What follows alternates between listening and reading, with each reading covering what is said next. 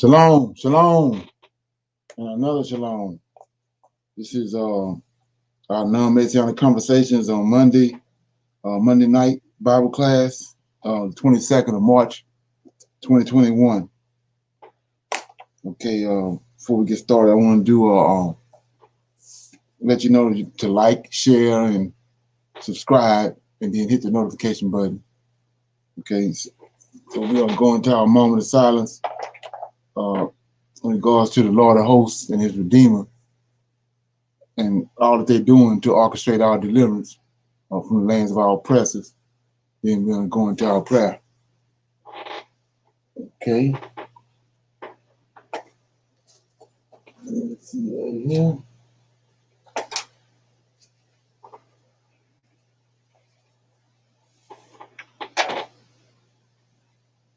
Oh Lord, we come before thee, bow down with great respect for our Redeemer.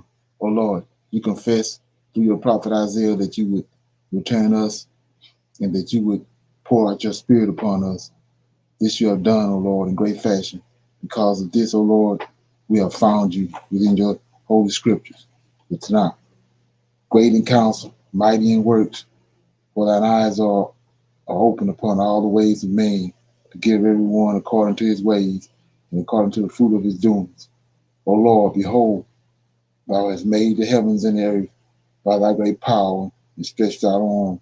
There is nothing too hard for thee. Knowing all these things, O Lord, we eagerly await thy coming, the day in which thou wilt break the yoke of our oppressors.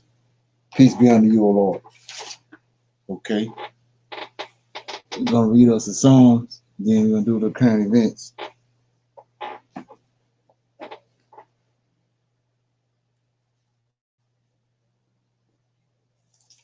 Okay. Okay, I'm going to read Psalm 44 in its former deliverances and present troubles. Okay, it says, we have heard with our ears, O God, our Father have told us what works thou did in their days, in the times of old, how thou didst drive out the heathen with thy hand and planted them, how thou didst afflict the people and cast them out. For they got not the land in possession by their own sword, neither did their own arm save them, but thy right hand and thine arm and the light of thy countenance, because thou hast a favor unto them. Thou art my king, O God. Command deliverance for Jacob. Through thee will we push down our enemies. Through thy name will we tread them under that rise up against us. For I will not trust in my bow, neither shall my sword save me. But thou hast saved us from our enemies and hast put them to shame that hate us. In God we boast all the day long and praise thy name forever. Selah. But thou hast cast off and put us to shame, and goeth not forth with our armies. Thou makest us to turn back from the enemy, and they which hate us spoil for themselves. Thou hast given us like sheep appointed for meat, and hast scattered us among the heathen. Thou sellest thy people for naught, and dost not increase thy wealth by their price. Thou makest us a reproach to our neighbors, a scorn and a derision to them that are round about us. Thou makest us a byword among the heathen, a shaking of the head among people. My confusion is continuously before me, and the shame of my face have covered me. For the voice of him that reproacheth and blasphemeth by reason of the enemy and avenger, all this has come upon us. Yet have we not forgotten thee, neither have we dealt falsely in thy covenant. Our heart is not turned back, neither have our steps declined from thy way. Though thou hast sore broken us in the place of dragons, and covered us with shadow of death, if we have forgotten the name of our God, or stretched out our hands to a strange God, shall not God search this out? For he knoweth the secrets of the heart. Yea, for thy sake are we killed all day long. We are counted as sheep for slaughter. Awake, why sleepest thou, O Lord? Arise cast us not off forever. Wherefore hidest thou thy face, and forgettest our affliction and our oppression.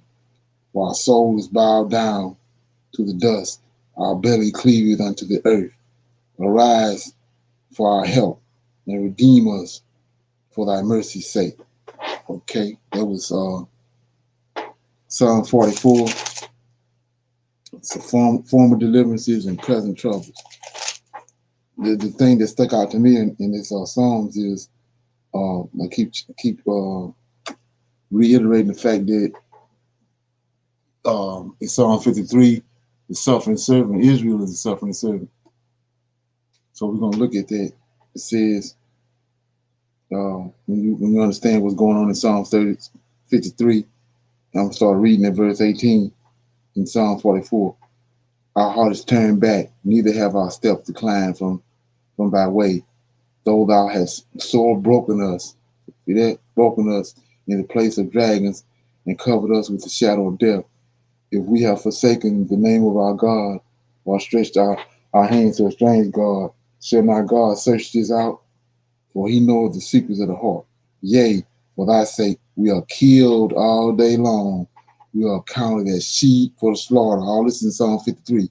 Awake, why sleepest thou, O Lord? Arise, cast us not off forever. Wherefore hidest thou thy face, and forgettest our affliction and our oppression? For our soul is bowed down to the dust, our belly cleaveth unto the earth. Arise for our help, and redeem us from the mercy's sake. So you say, what are you talking about? Matthew right quick, just for the people that ain't heard this before. Matthew chapter 3. They tell you right here in 3 and 15 that this is our Savior. Jesus is our Savior, and he was a suffering servant in Isaiah 53. But we're gonna read it. It says 14, Matthew chapter 2, verse 14. When he arose, he took the young child and his mother by night, departed into Egypt. 15, and was there until the death of Herod, that it might be fulfilled, which was spoken of by the Lord, by the prophet, saying, out of Egypt have I called my son. Right? So he's taken, by him mentioning this prophet, and there's no prophets in the New Testament, so you have to go to the Old Testament. But it don't mention the prophet. But we just searched that out. The prophet is Hosea. So Hosea right quick. We're gonna see who the son is. And then move on. Okay. Shalom. Shalom, everyone.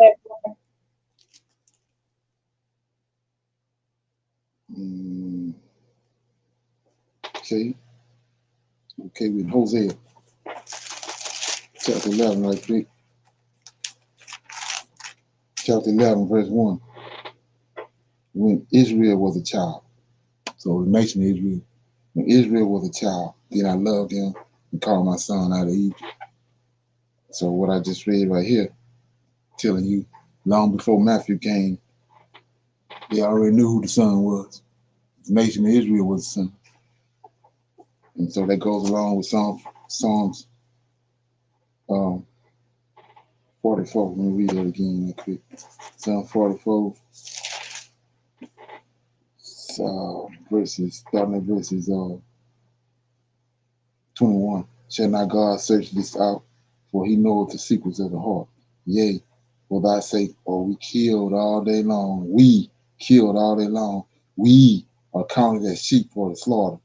Awake, why sleepest thou, O Lord? Arise, cast us not off from forever. Wherefore hidest thou thy face, and forgettest our afflictions. The affliction in Psalm 53, and our oppression. For our soul is bowed down to the dust, our belly cleaves unto the earth. Arise for our help, and redeem us from thy mercy's sake. Okay, so with that being said, any comment on that? Anybody confused?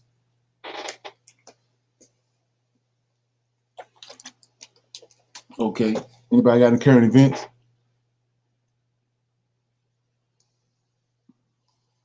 Okay.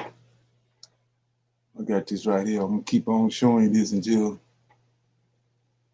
it go down. Let's see.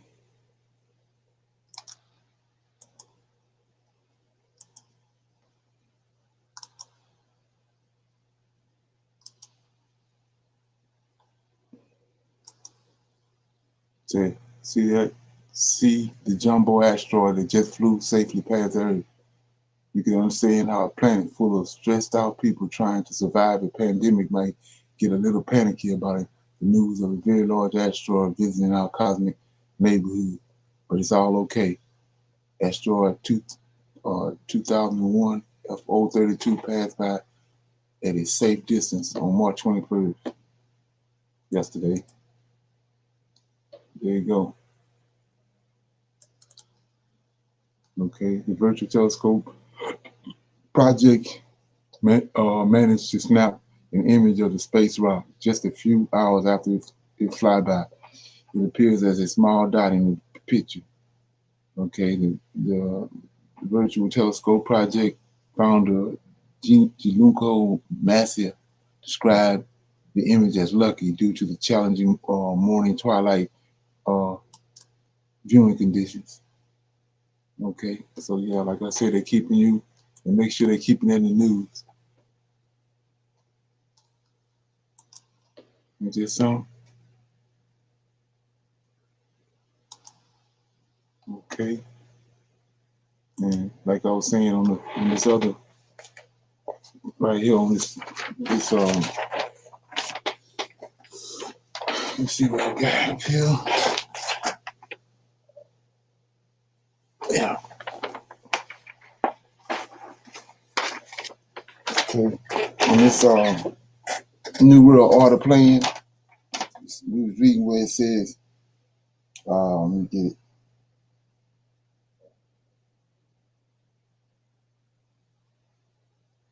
They're gonna have COVID-19 COVID-21 passports. So let's look at this right here. Everything going according to their plan.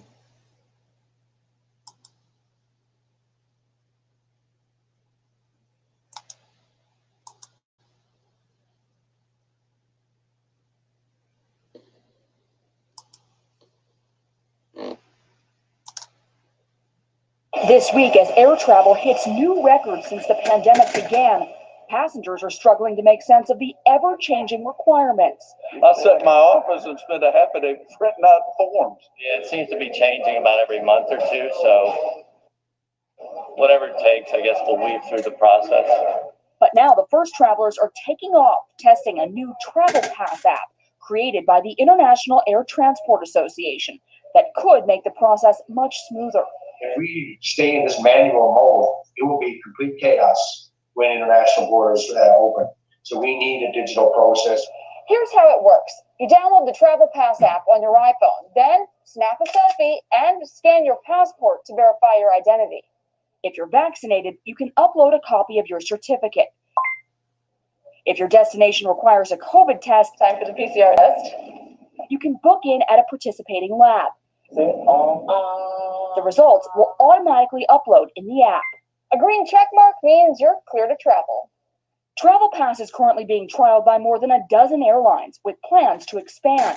U.S.-based companies American and United have recently signed on too. But not everyone may be comfortable sharing their health information through an app. There are some things that need to be private, you know? Is this safe? Absolutely safe. There are no databases. All the information resides on the consumer's electronic device, and the consumer decides who and when to share it. Even on board, a lot has changed due to COVID. UV robots disinfect seats before boarding. So this is new, these outfits? At some airports, staff in futuristic thermal imaging helmets scan for fever. The airline industry is in crisis. Last year, demand was down 65%. It is extremely important that we have a system that is internationally recognized similar to your passport. And equally key for all of us who just need a break. To be clear, these restrictions are not from the airlines. They're actually from the countries themselves. The airlines are a bit reluctant to add any barriers to travelers, and we don't expect to see COVID passports for domestic travel anytime soon. But if you are planning a trip overseas this summer, this app is likely something you're going to need to get familiar with sooner rather than later. Okay. Any comments?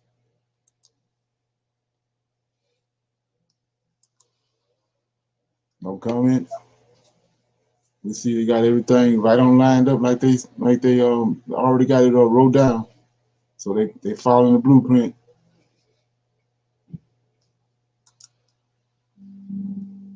What's up, Lamar?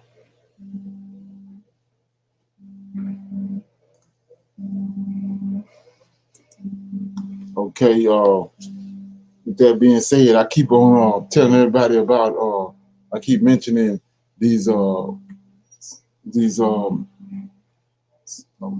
prolific writers that that came in and they used them to hoodwink our book. We got I telling you about Philo of Alexandria and Penny the Elder, Penny the Younger. I was telling you about Josephus. He was a prolific writer. And then I was telling you about King James when he went and got Sir Francis Bacon.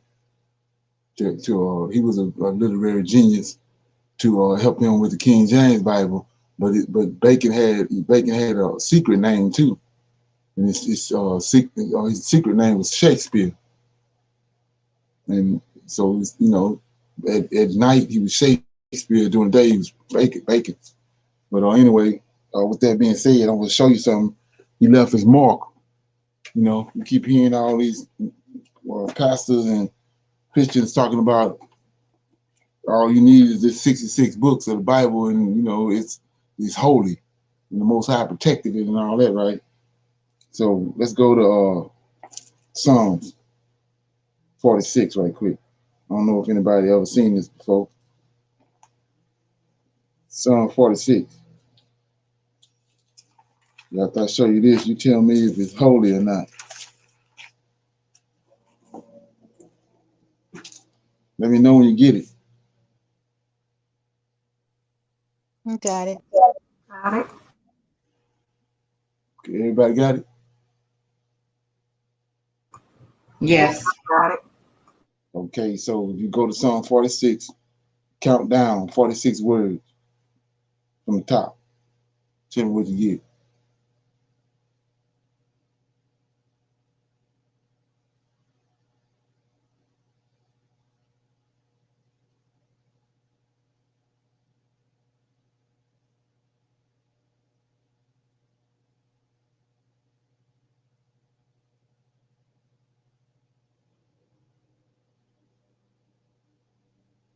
Does it matter what book you're using, what translation? What you got? It said mountains for me. You got This is King James version. I'm yeah, on you got the right Sunburn. one. It says you got, when you get to 46, then you go to the next word. You count 46, then you Let look me at the next. count it again. Let me make sure. Hold on. Is it shake? Yeah, shake. Anybody else Oh, get it? okay. Okay. Now count 46 from the bottom.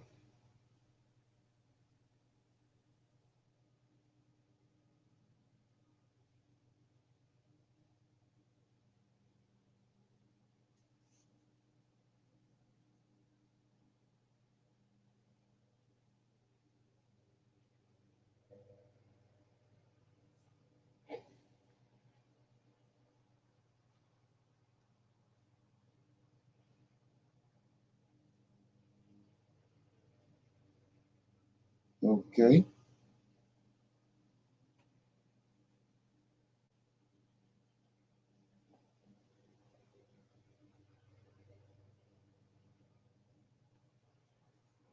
Everybody get that?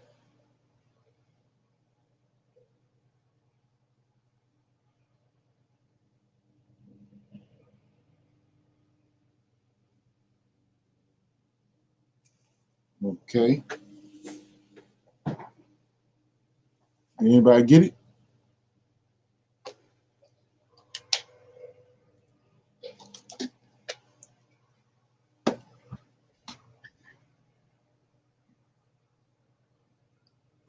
I got Is it he? burning. 46. I got And then he. Which one 46. is it? Spear. It's what? Spear. Spear. Yeah. Okay. 46 and then the next word.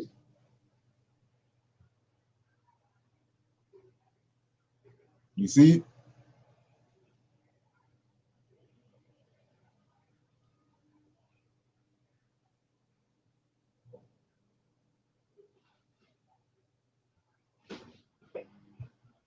You got it? Got it. Yeah. So Shakespeare. 46 on the top. Yeah. Yeah. Okay. Shakespeare. Shakespeare. So he left his mark in there. Hmm. So when you hear them say that again, you need to hit them with a mallet or something. And say this thing is holy. Okay. So I just thought I'd show you that. A little need to know.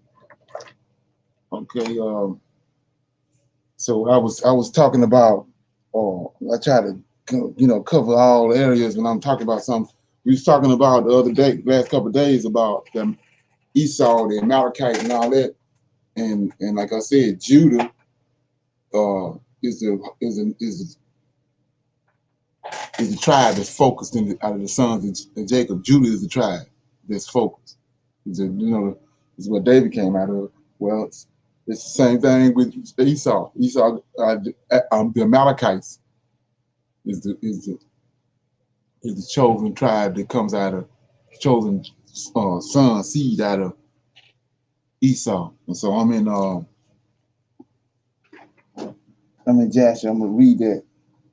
I couldn't find the other day. So I'm in and while I'm reading this, I want to cover something else too about the verse when they said that it was going to be a prophet that was going to come likened unto Moses.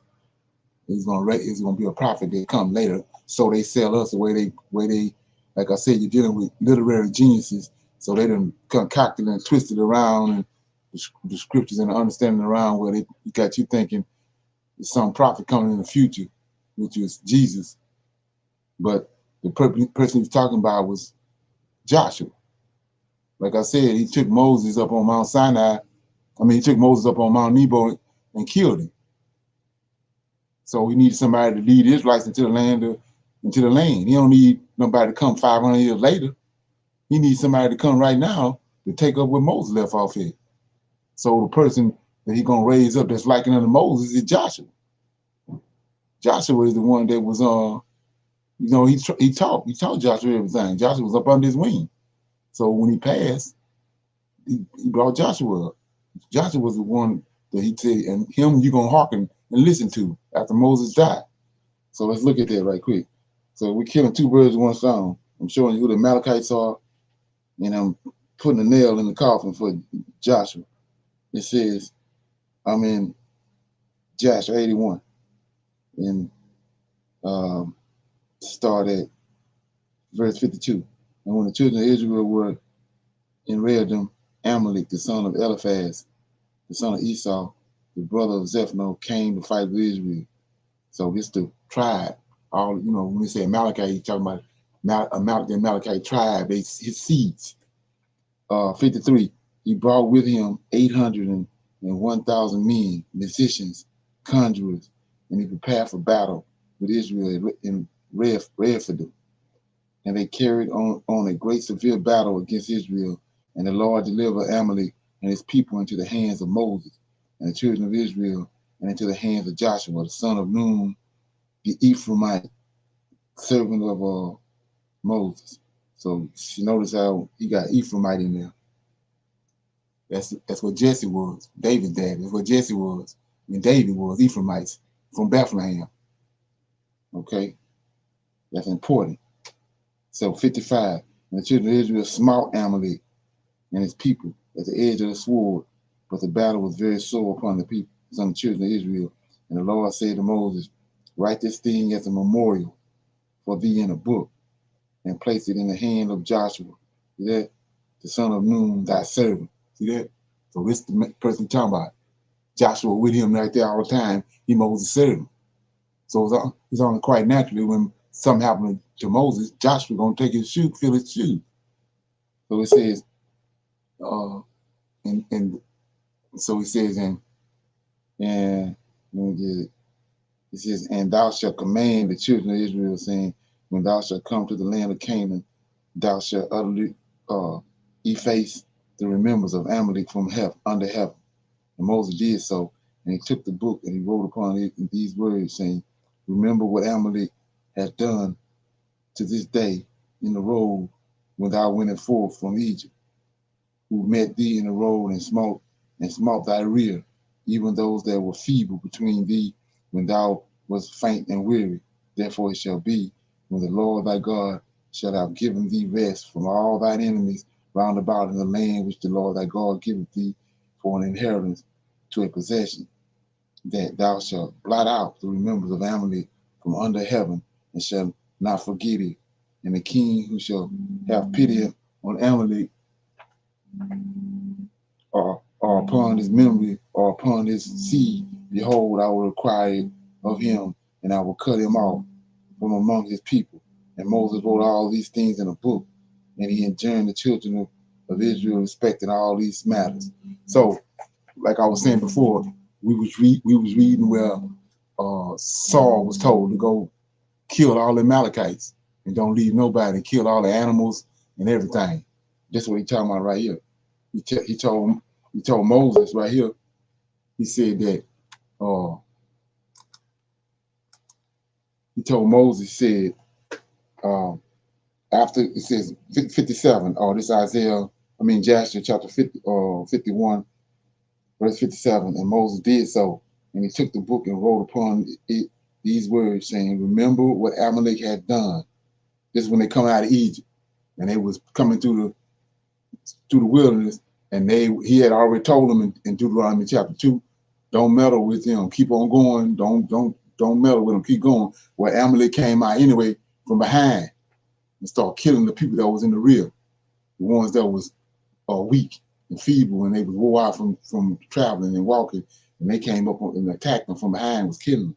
So he told Moses to remember that. Then verse 58, remember what Amalek has done to thee in the road when thou wentest forth from Egypt, right? Who met thee in the road and smote thee thy rear, even those that were feeble behind thee when thou wast faint and weary. Therefore it shall be, when the Lord thy God, when Michael, the Lord of hosts, get them to the land of Israel and they get settled, he's going to deal with Amalek. And that's exactly what he did. He told Saul, go to annihilate him. Because that's what Saul kept the king.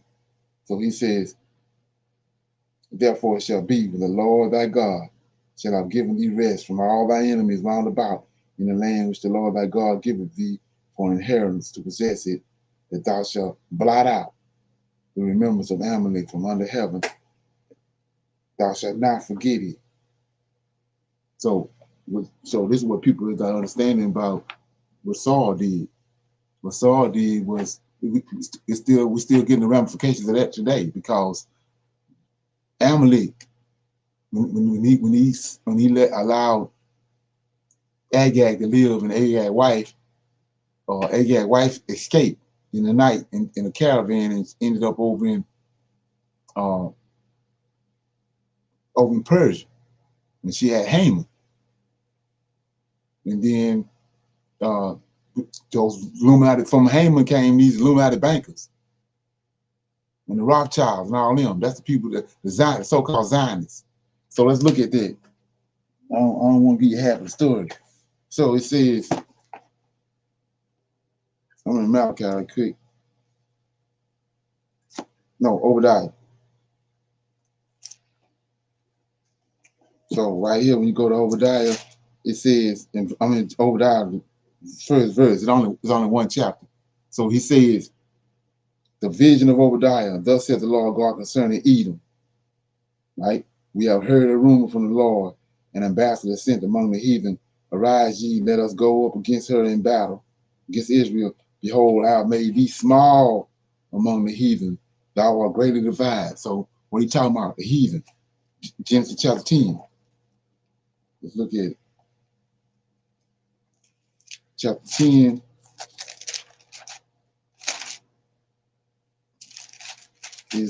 Chapter 10 is the Gentiles. That's the heathens.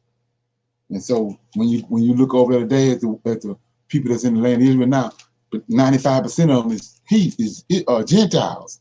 The Israelite, the full-blooded Israelite, it ain't that many of them. They're small. That's the Amalekites. That's the bankers. Herod's lineage. Because so-called Zionists. That's what Hitler was. So guess what? They want to rule the world from Jerusalem for 1,000 years. So Baal ought to go off when I say that. So they want to rule the world from Jerusalem for 1,000 years. Okay. But anyway, like I was saying before, this is the ramifications of what Saul did when he didn't obey the Most High, when he told him to go and utterly destroy all of them. So Amalek sin is still here today. And they're the ones behind. They're the ones wreaking all the havoc on us. They was the ones brought the slave ships to the West Coast. They're the ones that had the plantations over here and the breeding farms and all that, all the cruelty and all that that happened to us. The Amalekite, he hated us the most. We see way back then when they was coming through the wilderness and was wore out from in the hot desert. He hated Israel so much he came up from behind and started slaughtering them and killing people from behind. The feeble.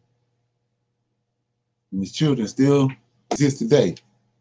They done wrote themselves out the scriptures. Yeah. Any comment? No comment. Okay. All right.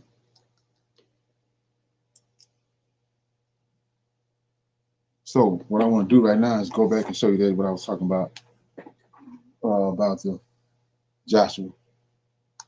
Let me get there right quick. So it's in Numbers. I don't like to leave nobody hanging. So the so-called powers that be tell us that Jesus was the one that the Lord was going to raise up, like unto Moses. And I beg to differ. Let me get it right here.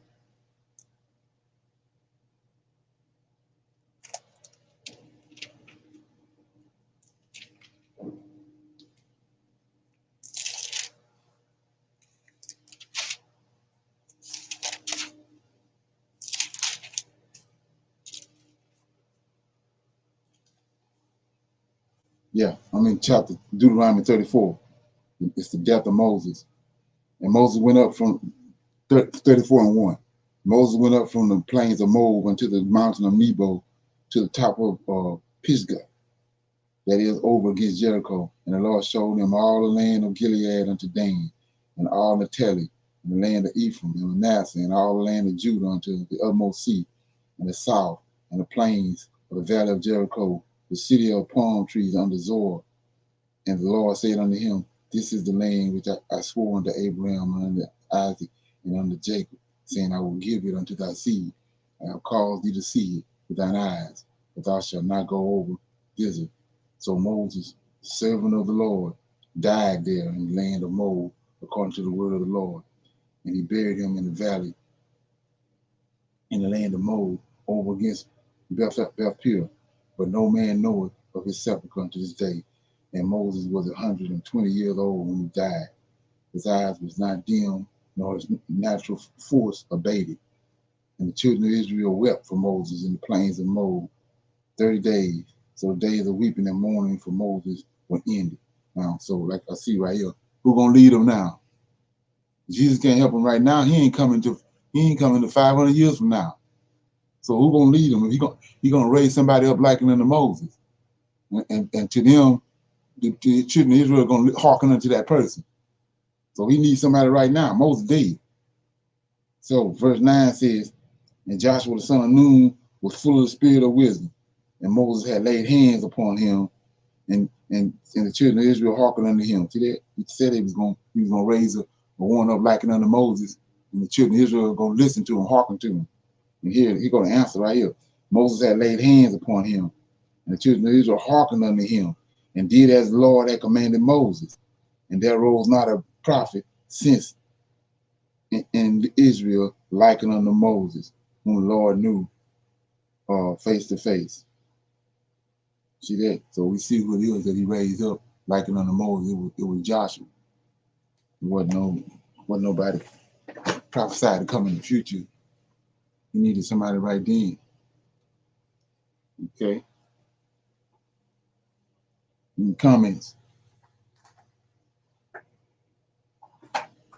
No comments. Okay, so yeah, I just wanted to make sure you read that. And so I'm gonna read out of the book of Joshua. I'm gonna read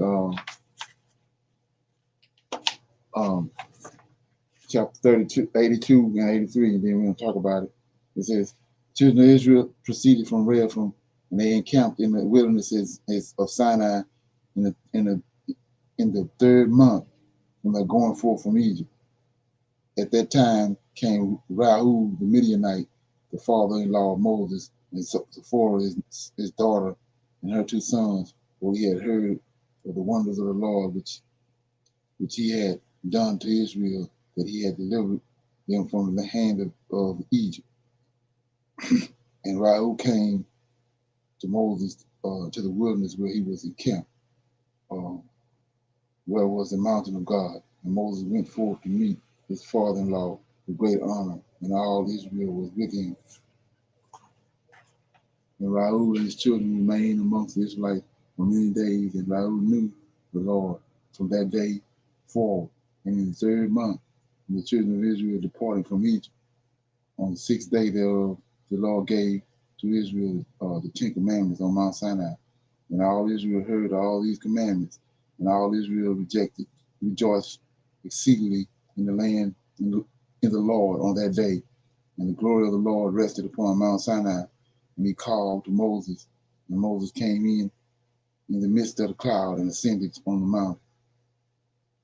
And Moses was upon the mount 40 days and 40 nights. He ate no bread, and he drank no water. And the Lord instructed him in the statutes and judgments in order to teach the children of Israel. And the Lord wrote the 10 commandments which he had commanded the children of Israel upon 2 tablets of stone, which he gave to Moses to command the children of Israel.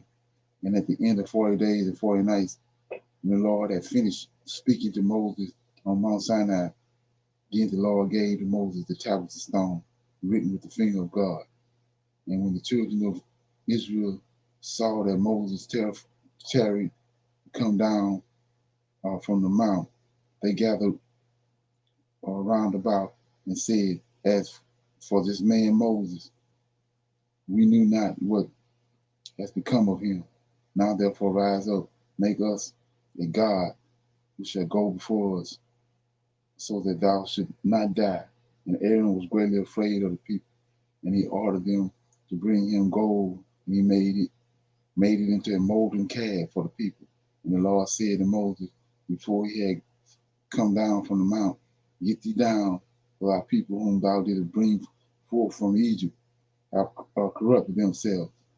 They have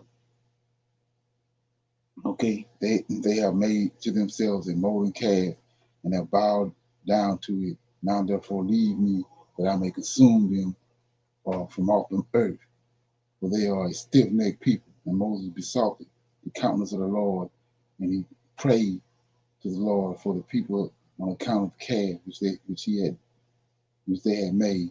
And he afterwards descended from the mount, and in his hands were the 2 tablets of stone, which God had given him to command the Israelites. And when Moses approached the camp and saw the calf which the people had made, the anger of Moses was kindled, and he broke the tablets under the mount.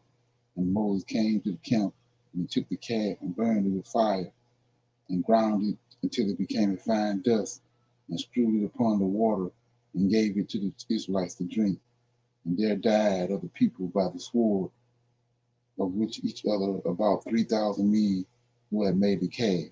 And on the morrow Moses said to the people, I will go up to the Lord, peradventure I may make atonement for your sins which you have sinned to the Lord.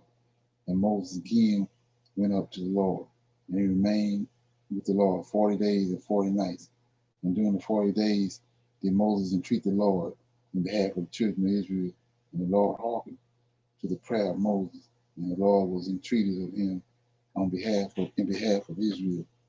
Then Moses spoke the Lord to Moses to hew 2 stone tablets, and to bring them up to the Lord, who would write upon them the 10 Commandments. Now Moses did so, and he came down and hewed the 2 tablets and went up to Mount Sinai to the Lord, and the Lord wrote the 10 Commandments upon the tablets. And Moses remained yet with the Lord 40 days and 40 nights, and the Lord instructed him in statutes and judgments to impart to Israel. And the Lord commanded him respecting the children of Israel that they should make a sanctuary for the Lord, that his name might rest therein. And the Lord showed him the likeness of the sanctuary and the likeness of all its vessels. And at the end of 40 days, Moses came down from the mount, and the 2 tablets were in his hand. And Moses came to the children of Israel, spake to them all the words of the Lord, and he taught them law, statutes, and judgments which the Lord had taught him. And Moses told the children of Israel the words of the Lord, that a sanctuary should be made for him to dwell amongst the children of Israel. And the people rejoiced greatly at all the good which the Lord had spoken to them through Moses. And they said, we will do all that the Lord has spoken to thee. And the people rose up. Here we go, what I was telling you about. And the people rose up like one man, and they made gracious offerings to the sanctuary of the Lord. And each man brought the offering of the Lord for the work of the sanctuary and for its service. So we see right here, they at Mount Sinai, they got Moses with them, the Lord of hosts there, Yahweh there, they all there. So they all working together. And that's how the Most High see them. Just like a human body, you got all these thousands upon thousands of white blood cells and blood vessels and all that, but it's all one unit. That's how he see Israel. They all came from one man. A man called Israel, Jacob, name was changed. So that's how, when you understand that, you go to Isaiah chapter 53, you see the selfless servant. You see them as one man working together. And so when they were sinned, he cast them out, separated them. That's the reason why we got what's going on now with us. We can't wait to kill our brother or rob our brother or talk behind his back and all that, because that's what he done to us. Same thing happened to the fallen angels once they committed a sin and crossed over. So I'm in verse chapter 32 of Jasher, verse 30, chapter 82 of Jasher, verse 33. And all the children of Israel brought each man of all that was found in his possession for the work of the sanctuary of the Lord, gold, silver, brass, and everything that was serviceable for the sanctuary. And all the wise men who were practicing work came and made the sanctuary of the Lord, according to all that the Lord had commanded, every man in the work in which he had been practiced. And all the wise men in heart made the sanctuary and its furniture and all the vessels of the holy service. And the Lord had commanded Moses. And the work of the sanctuary of the tabernacle was completed at the end of 5 months. And the children of Israel did all that the Lord had commanded Moses.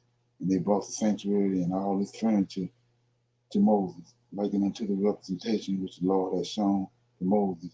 So did the children of Israel. And Moses saw the work, and behold, they did as the Lord had commanded him.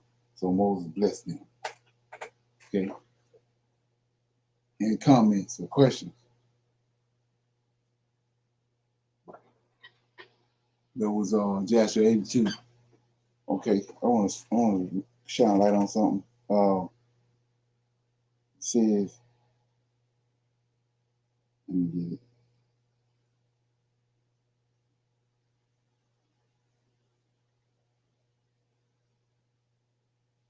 Okay.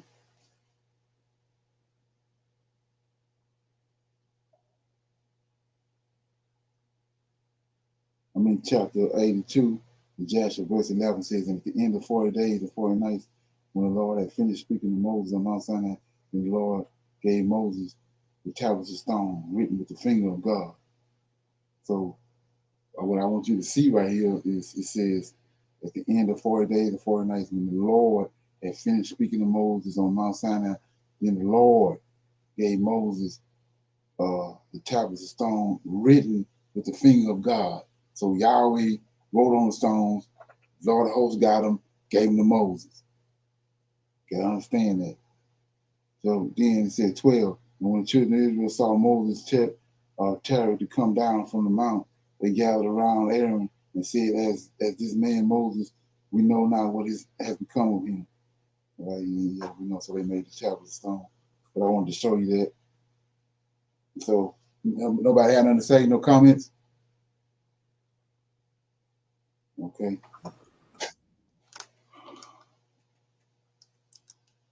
I'm going to read chapter 83 and then we'll close out. Okay.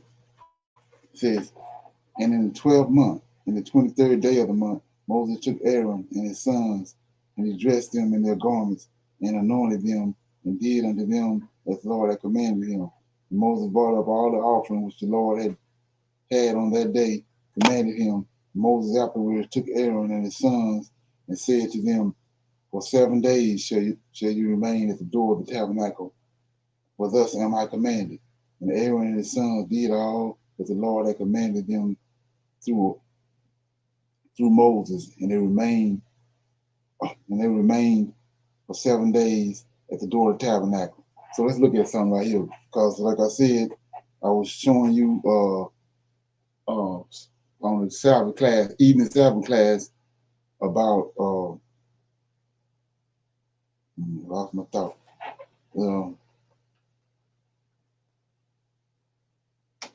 About Lord of Hosts. People think that that's some word that just concocted, come up out of nowhere, but I showed you how, it's very much real and very much literal. That word, Lord of Hosts. There's a whole lot going on with that. You have to find out what does that mean, or what it, or where it come in the play with the scriptures and all that. And I broke that down Saturday on the evening Sabbath class. Well, we got a word right here. I want to show you something. It says, and Moses afterwards took Aaron and his sons and said to them, for 7 days shall you remain at the door of the tabernacle, for thus I am commanded. It says, and Aaron and his sons did as the Lord had commanded them through Moses. And they remained for 7 days at the door of the tabernacle. So it's two things going on. Okay, he says, Moses telling them what to do. The Lord told Moses. So he's talking through Moses, and Aaron understood that. So Aaron is listening and obeying Moses because he know where Moses got the information. Moses, the Lord talking through Moses to Aaron, right? Well, let's look at that. Because it seems like to me, some people have a problem with this when you show it to them. So I'm in Exodus chapter 3 right quick. And no better time than to show you this right now while we sitting on top of it. I'm in Exodus chapter 3. Starting at verse 1. It's the burning bush.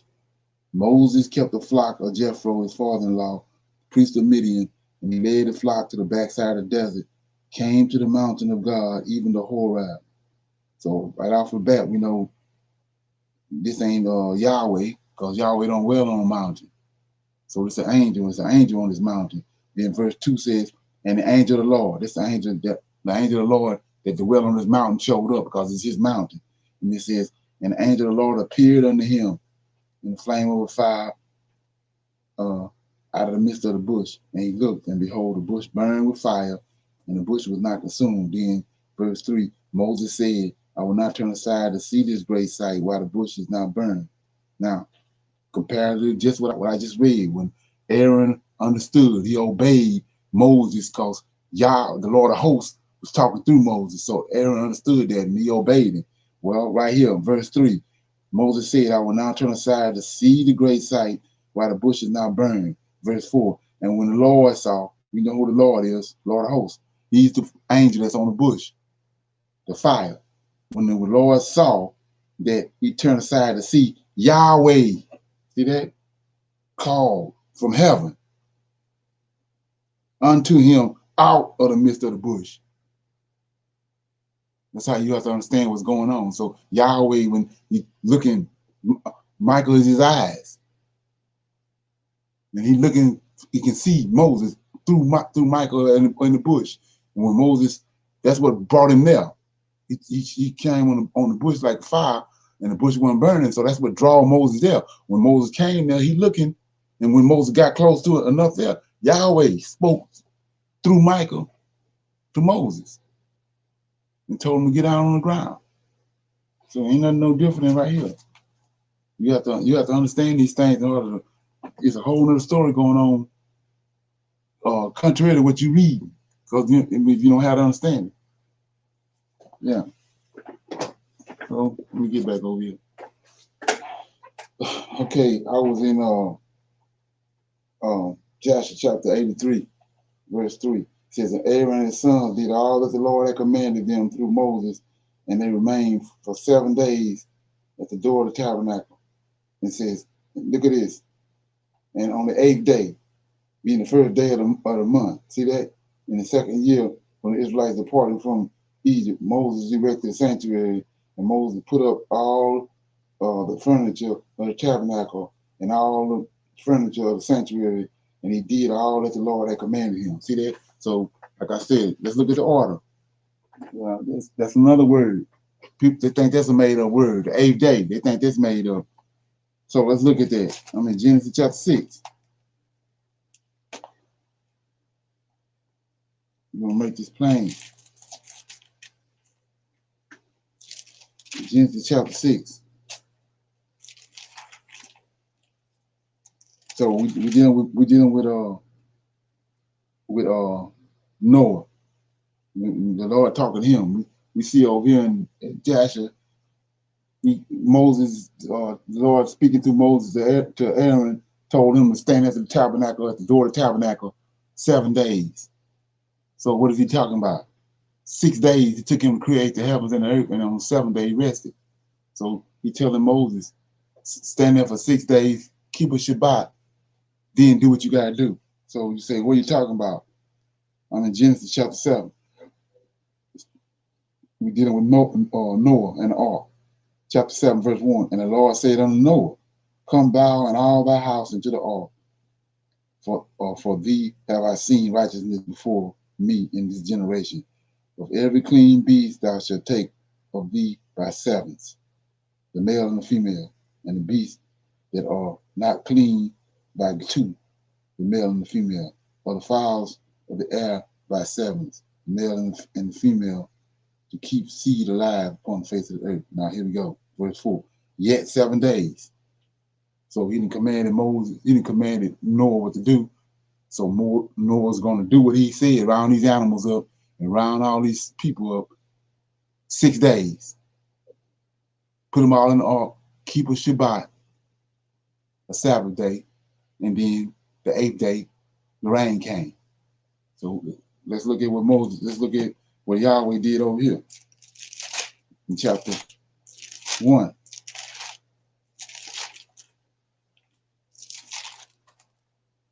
Chapter 1, verse 26, 1 and 26. It's the 6th day. Go up to verse 24. 6th day. Then you come down to verse 26. I mean verse 24. Come to verse 26. Genesis 1:26. And God said, let us make man in our image after our likeness. Let them have dominion of the fish of the sea, over the fowl of the air, and over cattle, and over all the earth, and over every creeping thing that creepeth upon the earth. So God created man in his likeness, in his image. God created he him, male and female. Created he them. So this man right here, this is 6th day. This man right here got a woman with him. He created a man and a woman. It's the 6th day.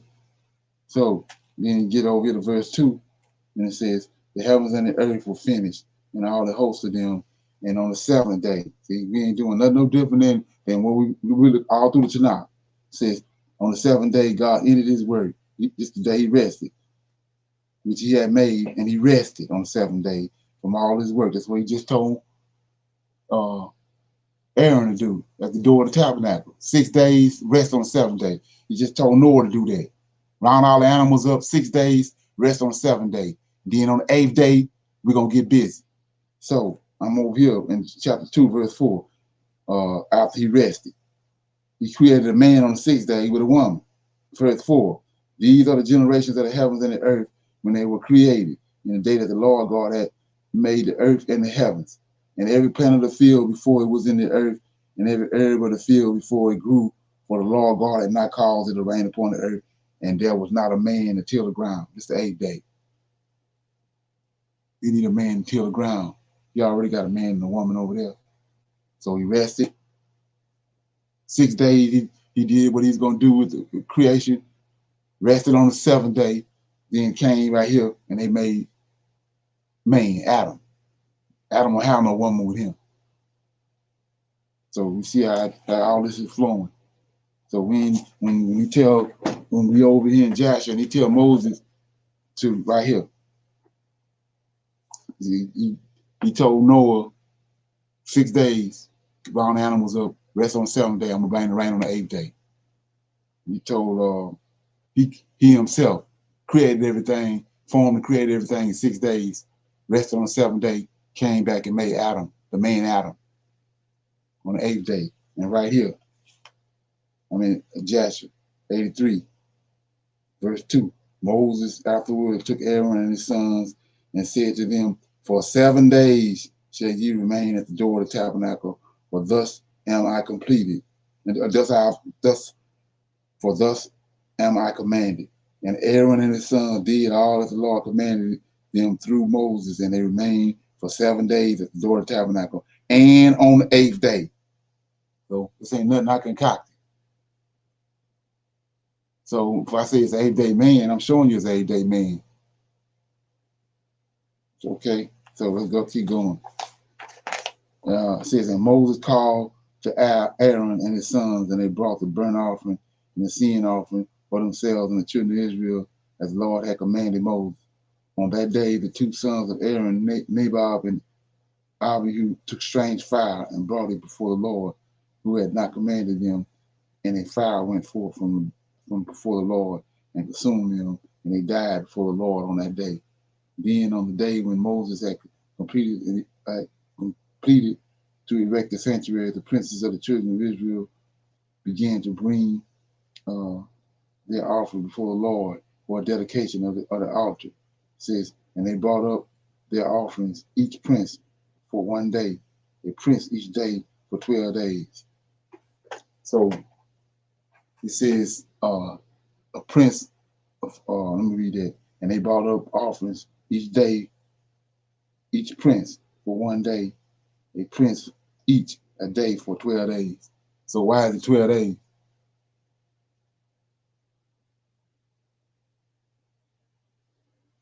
Hello? I'm listening. So it says, I'm in verse Joshua 83, verse 8. This is the first time they started making offerings after they had finished the sanctuary. It says, and they brought up their offerings, each prince for 1 day, a prince each day for 12 days. So why is that so? Why is it 12 days?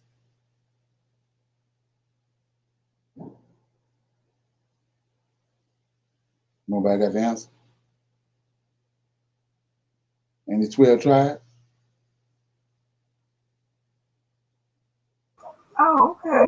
I get you. It's 12 tribes. So what I'm trying to show you is there's a prince in each tribe. Each one, just like Israel got a prince, David a king, and then it's a prince. David always got a prince that's gonna sit on the throne in Israel, but each tribe got a prince. So there's 12 tribes. So he said for 12 days they got to do this for 12 days until all 12 of these princes come and make their offerings. So how many months is it in a year? It's 12 months in a year. So when you start talking about paying the tithes to the Levites, right? It's 25,000 people that got to operate the temple. A tribe each month out of the year. So this prince, these 12 princes, each month, this prince right here from that tribe run over the temple. So the goings on, what goes on in there. He's subject to the Levites and the high priest. Got 25,000 people with him. Okay, anyway. So verse 9 says, and all the offerings which thou brought, each man in his day. See that? 1 silver charger weighing 130 shekels, 1 silver bowl of 70 shekels, after the shekel of the sanctuary, both of them full of fine flour, mingled with oil for a meat offering. Says 1 spoon weighing 10 shekels of gold, full of incense, 1 young bullock, 1 ram, 1 lamb of the first year for a burnt offering, and 1 kid of goat for a sin offering, for a sacrifice of peace offering, 2 oxen, 5 rams, 5 he goats, 5 lambs of a year old. Thus did the 12 princes of Israel day by day, each man in his day. And it was after this, in the 13th day of the month, that Moses commanded the children of Israel to observe the Passover. So you see what's happening? So you got 12 princes. They on that month, for the first 12 days of that month, each is a prince come up each day. Then on the 13th day, see that? This is like clockwork. 14. Thus did 12 princes of Israel day by day, each man in his day. So the first 12 days of that month. And then 15, and it was after this, in the 13th day of the month, the next day, is the Passover. That Moses commanded the children of Israel to observe the Passover. And the children of Israel kept the Passover in its season in the 14th day of the month, as the Lord had commanded Moses, so did the children of Israel.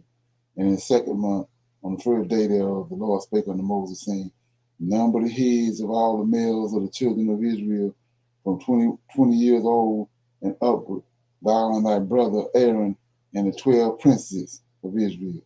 And Moses did so. Aaron came with the 12 princes of Israel, and they numbered the children of Israel in the wilderness of Sinai.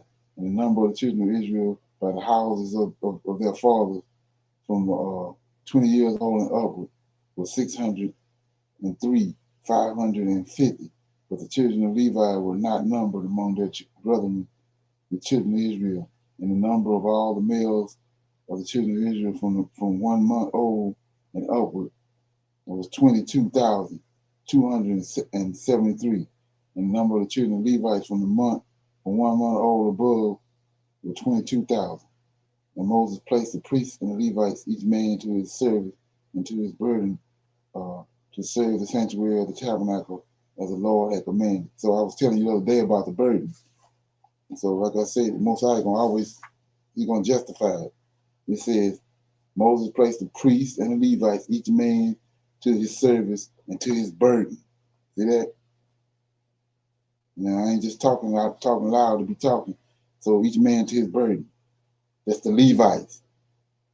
Oh, that's the suffering servant. It says on the 20th day of the month, the cloud was taken away from the tabernacle of the testimony.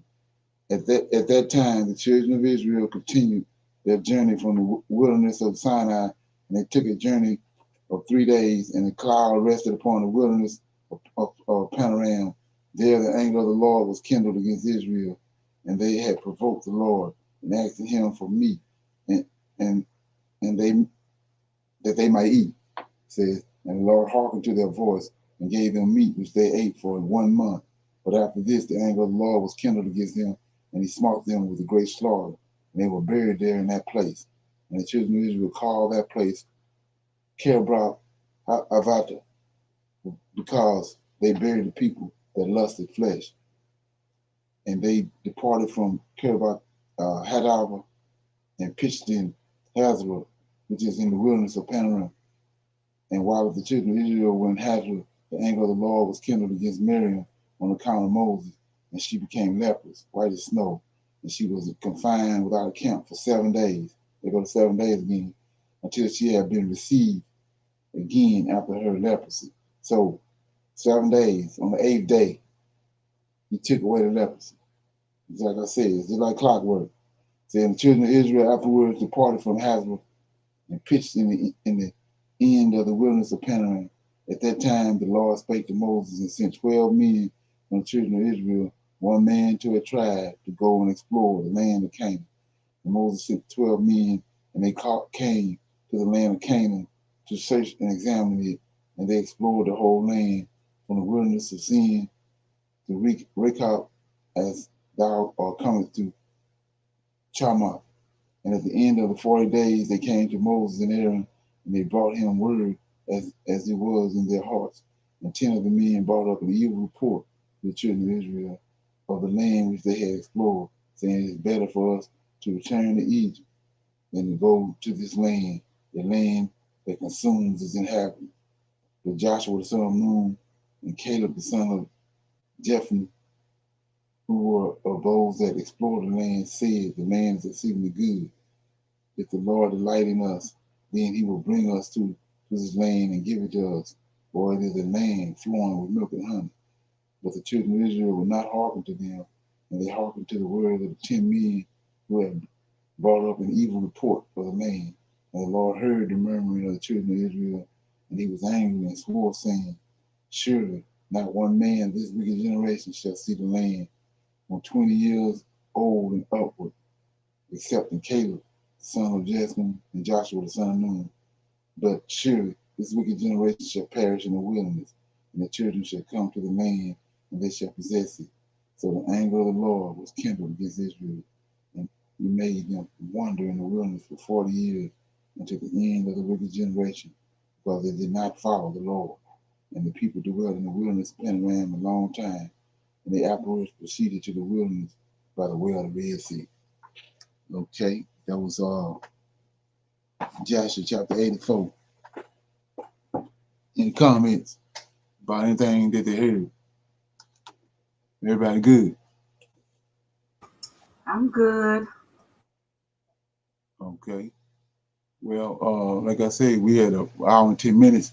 I was gonna open it up for some Q&A, a little Q&A if anybody got anything before we close out. Anything they come across, they want to get some clarity on us, or talk about it.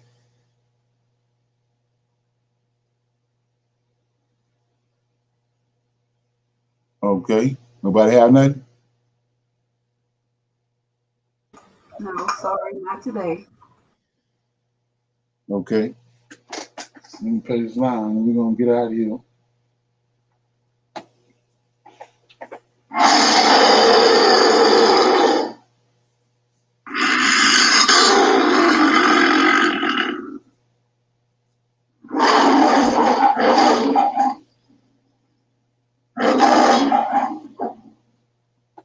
Yeah, I hope somebody got something out of that. I'll see y'all on Wednesday at 6 o'clock.